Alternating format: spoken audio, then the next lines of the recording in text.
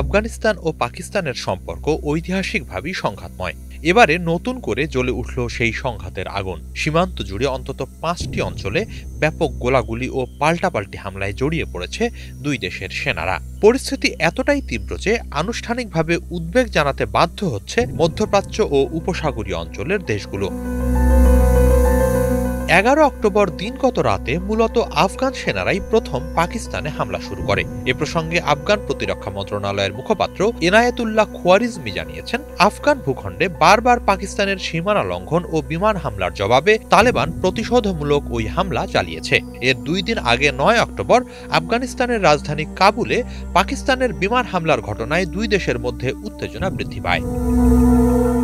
ওই বিমান হামলার জের ধরে শুরু হওয়া এই সংঘাতে এরই মাঝে ২ শতাধিক তালেবান ও অন্যান্য সশস্ত্র গোষ্ঠীর সদস্য নিহত হয়েছে বলে পাকিস্তানের সামরিক বাহিনীর গণমাধ্যম শাখা ISPR এর বরাত দিয়ে জানিয়েছে আল জাজিরা।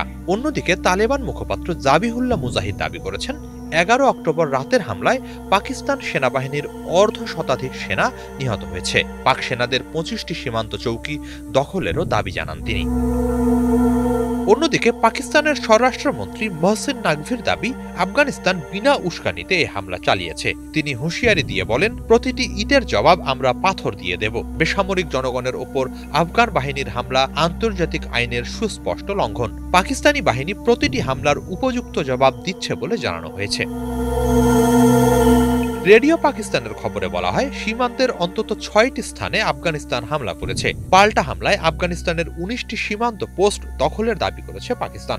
জিও নিউজ জানায়, পাকিস্তান সেনাবাহিনীর আক্রমণের মুখে সীমান্তবর্তী আফগানিস্তানের ১৯টি পোস্ট থেকে পালিয়েছে আফগান সেনাবাহিনীর কর্মকর্তা ও সদস্যরা। সংঘাতে কয়েক ডজন আফগান সেনা হতাহত হওয়ার দাবি করা হয়েছে। পাকিস্তানি সংবাদ মাধ্যম ডন জানিয়েছে, পাক বাহিনী শত্রুপক্ষের বিরুদ্ধে হামলায় আর্টিলারি, ট্যাঙ্ক, হালকা ও ভারী অস্ত্র ব্যবহার করে।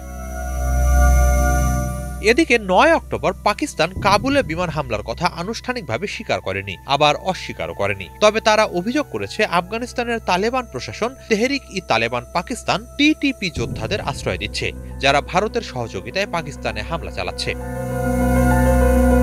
ভারত এমন অভিযোগ অস্বীকার করেছে। তালেবান গোষ্ঠীর দাবি, তারা তাদের ভূখণ্ড অন্য দেশের বিরুদ্ধে ব্যবহার করতে দেয় না। বর্তমান পরিস্থিতি প্রসঙ্গে পাকিস্তানের প্রতিরক্ষা মন্ত্রী খাজা আসিফ সতর্ক করে বলেছেন, আফগানিস্তানের সঙ্গে পাকিস্তানের সম্পর্ক দ্রুত অবনতির দিকে যাচ্ছে। এখন আফগান ভূখণ্ড থেকে পাকিস্তানে সন্ত্রাসবাদ রপ্তানি করা হচ্ছে বলে অভিযোগ তোলেন তিনি। নিরাপত্তা সূত্রগুলো জানিয়েছে, পাকিস্তানের সাম্প্রতিক হামলাগুলোর পরিকল্পনাকারী ও সহায়তাকারী আফগানিস্তান ভিত্তিক এবং তাদের পেছনে ভারতের প্রত্যক্ষ সমর্থন রয়েছে। এ প্রসঙ্গে খাজা আসিফ বলেন, নয়াদিল্লির সাম্প্রতিক বিবৃতি ইঙ্গিত দিচ্ছে তারা নতুন কোন অ্যাডভেঞ্চারে জড়াতে পারে। তবে সেক্ষেত্রে পাকিস্তান আগের চেয়ে আরও কঠোরভাবে জবাব দেবে।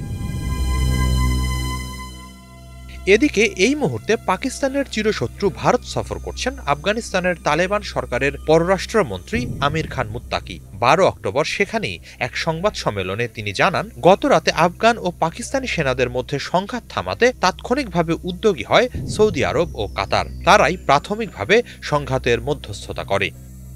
হিজল জুবায়ের, বাংলা ভিশন।